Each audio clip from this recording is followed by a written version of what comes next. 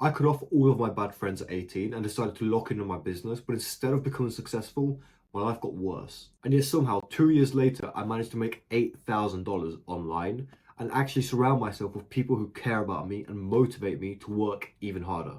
So what happened in those 2 years? How did I get here? And most importantly, how can you get here so you can stop procrastinating, stop wasting time, and actually find friends that care about you? So there's only four things that we need to cover: plan, arrogance and delusion, progress, and focus. So number one is plan. Like, okay, what are we actually going to plan for then? Well, you clicked on this video because you want to be less lonely. So let's talk about that. But do you genuinely believe that fixing loneliness is the most important thing in your life right now? Like, actually think about it. No, it's not. The most important thing is not fixing loneliness. It's not getting friends. Instead, it's just making you better.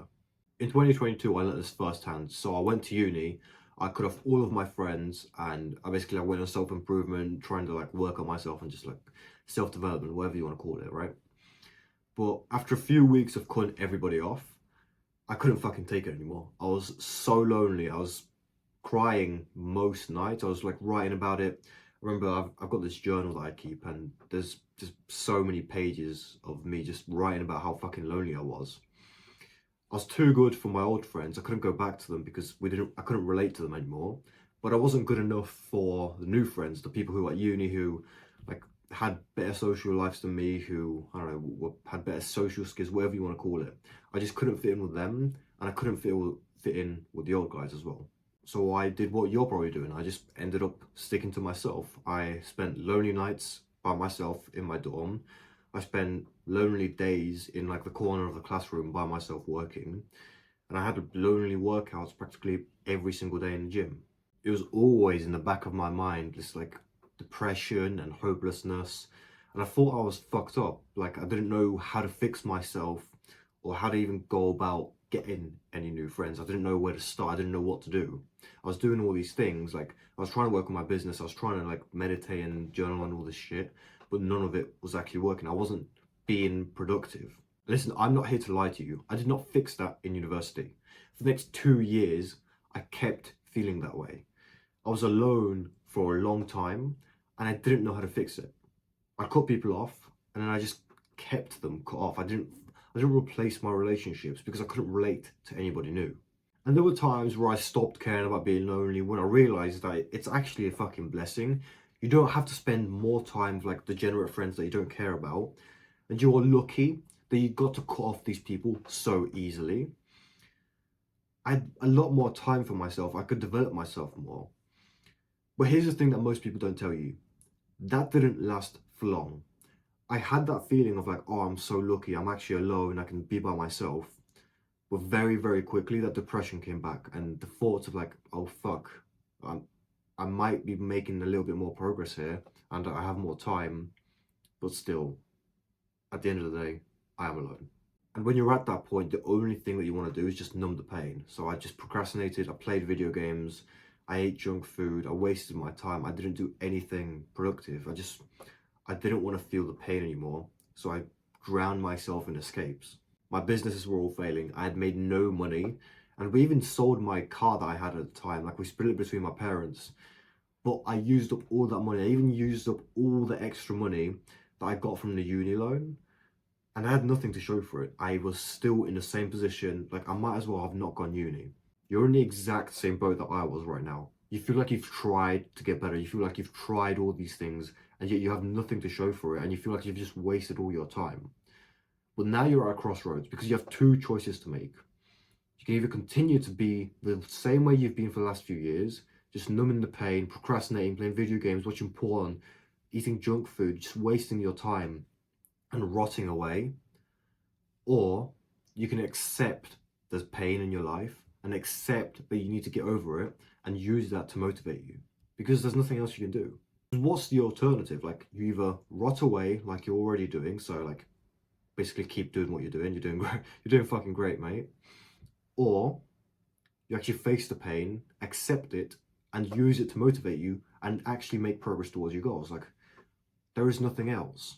But you might be thinking like, oh well, I don't want to like face all the pain and like think about all the bad shit that I've been through. Surely I can just like work a little bit or like use some productivity routines. Like, what if I had like a morning routine, or maybe if I just use the fucking Pomodoro technique, maybe I'll be able to do something with my life.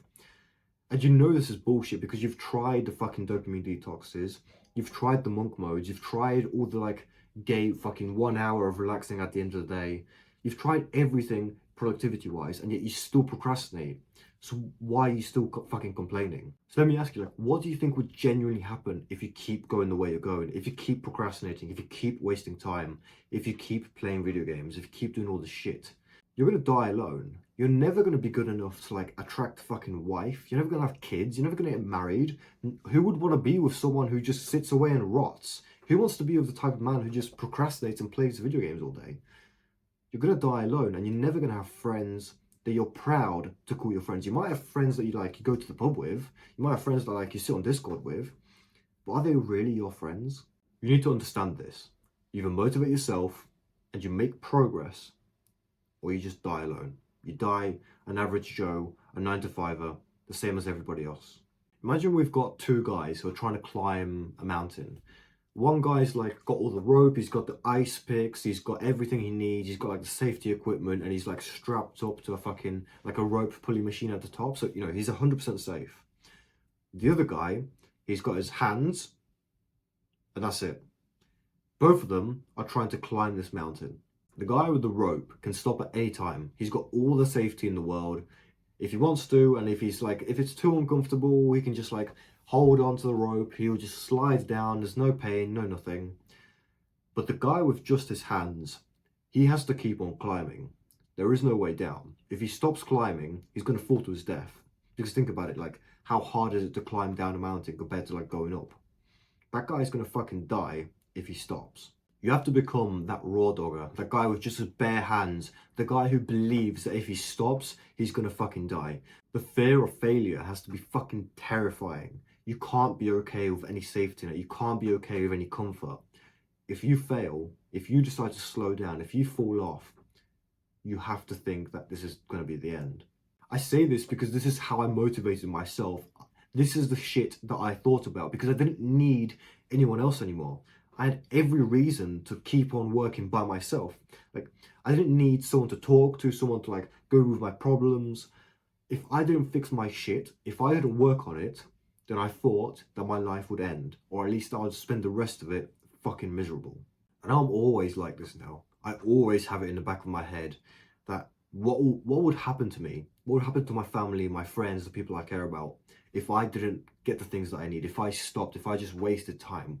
What's going to happen to all of them? Like, you need some responsibility in your life, because there's one thing being responsible for yourself and thinking like, oh fuck, like I might fall off this cliff. But imagine your friends falling off the cliff because of you. Imagine your family falling off the cliff because of you. If you don't keep climbing, if you don't push them up, if you don't drag them up behind you, who else will? So hopefully you can get that through your thick fucking skull and understand that. But the next thing is, what do you work on once you realize that you have to work? Well, don't be a retard. You know what you have to work on. You just aren't fucking doing it. If you have a business, you have to do business work. If you go to school, you need to study. If you want to lose weight, you need to lose weight. It's pretty fucking simple, right? Just don't be an overthinker and do the things that you know you need to do. Usually, it's the things that you most don't want to do, the things that you have the most resistance to. Those are usually the highest leverage tasks that we talk about. So, like, for example, if I say, like, for me, if I'm recording YouTube videos, I can either like reply to comments or reply to emails. That could be like a work task, or I could just record videos. For you, you need to find the equivalent and just fucking do it. Then once you've found the big task, all you have to do is break it down into little tasks, find some sort of like calendar routine or fucking plan or whatever you want to call it. Just make sure you can do it consistently, and then do it consistently. And if you are retarded, if you don't know how to work, if you don't know what to work on, then just join Deep Work. It's my program. That's where I'll just like autistically, step by step, guide you on exactly what you need to do to figure out how to stop procrastinating, how to do work. And I just basically hold your hand through the entire process. So join that. If this video has been helpful so far, that's going to be like 10 times more helpful. Now, this is where most people get to and where they quit, because they don't understand the next step to beating procrastination forever, not just once, not just for the week, but actually beating it forever. Arrogance and delusion is what we need to use. You have to genuinely 100% believe there can be no doubt in your mind that you will actually achieve all of your goals. So I'll give you an example of how this works. Imagine you're holding a baking tray. On the baking tray are cookies, and you know, like you really want to eat the cookies, like that's something that you really want to do. If you're holding the baking tray and I start like holding a fucking flamethrower to it, you're gonna drop the baking tray because it's gotten too hot. The pain of holding the baking tray is not worth the cookies that you'd get afterwards. But imagine like you're holding the baking tray with the cookies on it, and instead of a flamethrower, I use like a candle or something. The heat is not going to be as hot, and like sure, it might burn your hand a little bit and it might hurt a little bit, but you'll probably keep holding the baking tray because the heat isn't that bad, so the pain is worth holding on to the cookies. This is the same thing with work, but instead of holding a baking tray, you do tasks or you do work, and instead of getting cookies, you get like success or relationships or money or all that stuff that we spoke about before. Instead of pain being like heat or temperature, pain is just boredom or loneliness or sacrifice or like hard effort, right? And if you're not retarded, you're going to be thinking to yourself like, oh fuck, this is a good idea, because actually, if I was holding a baking tray and it kept getting hotter and hotter, my hand would eventually like melt off, right? But your hand's not going to melt off if you're bored. It's not going to like melt off because you're lonely or you're bored or fucking you have to put in effort. The pain that you'll feel from work it's like it's not going to fucking kill you. You might lose friends, you might lose a bit of sleep, you might get tired, but you won't melt. And you have to believe that you genuinely won't melt. Like you're not going to fucking die from this. You have to have that arrogance and delusion that what you're doing, like you can take it. Average people won't understand this because they'll think like, oh, you don't want to be arrogant or you don't want to be delusional. Like that's arrogance is bad. Like don't be arrogant, don't be overconfident, whatever. Like be humble. Fucking hearing that from everyone. But if you're watching this far into this video, you probably understand what I'm talking about. You're probably thinking to yourself like, yeah, if you can convince yourself to take the pain, to just push through, and actually understand that there are cookies on the other side and you will get them if you just push through, then you start to make progress a lot faster because you're no longer like scared of all the pain. You're no longer like scared of dropping the baking tray because you understand like, if I just keep on holding, my hand isn't going to melt. All I have to do is just keep on holding.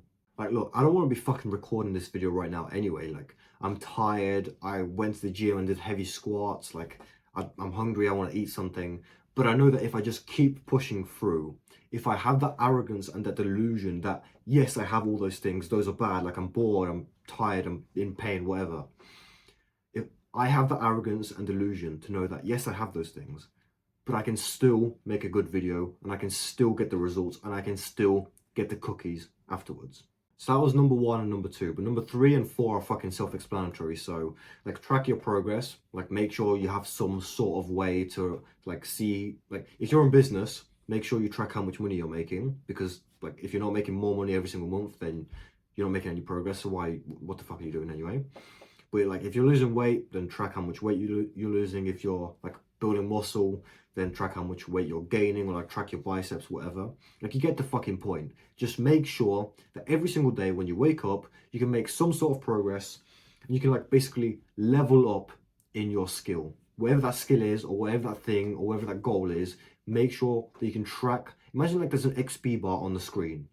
Every single day, you should be able to see the XP bar go up, whether it's like a to-do list and you like tick off every single thing on your to-do list, or whether it's like the weight tracker where you put in your weight every single day. Just find whatever works for you. And then number 4 was focus. So like pretty fucking simple. Get rid of social media, get rid of like content, stop wasting time on things that don't matter. And more importantly, if you're working on like 2 businesses, but you're really interested in one and you're not really interested in the other one, but like one's making you money and one is kind of like fun, just focus on one thing. Focus and remove every single thing that is a distraction. Look, ideally, if you're focused on like fucking bodybuilding, for example, and then like you're also trying to start a business, if bodybuilding is your number 1 priority in life, make sure that you're 100% focused on that, and then everything else, like the business, can come after, because you just said that bodybuilding is your priority, so why would you do something else? Just for a second, look at the view count of this video. It's probably like 40 to 100 views, right? I bet there's only one of you motherfuckers who will actually take advice and take action on this. So listen, if you're that one motherfucker and you've taken action and this video has helped you, then just join Deep Work, join the program. I literally just like hold your hand through making sure you will never procrastinate ever again and actually achieve your goals much faster. So yeah, if this video has been helpful, that will like skyrocket your fucking results. I know how cringy that sounds, but genuinely, it's that fucking good. Goodbye.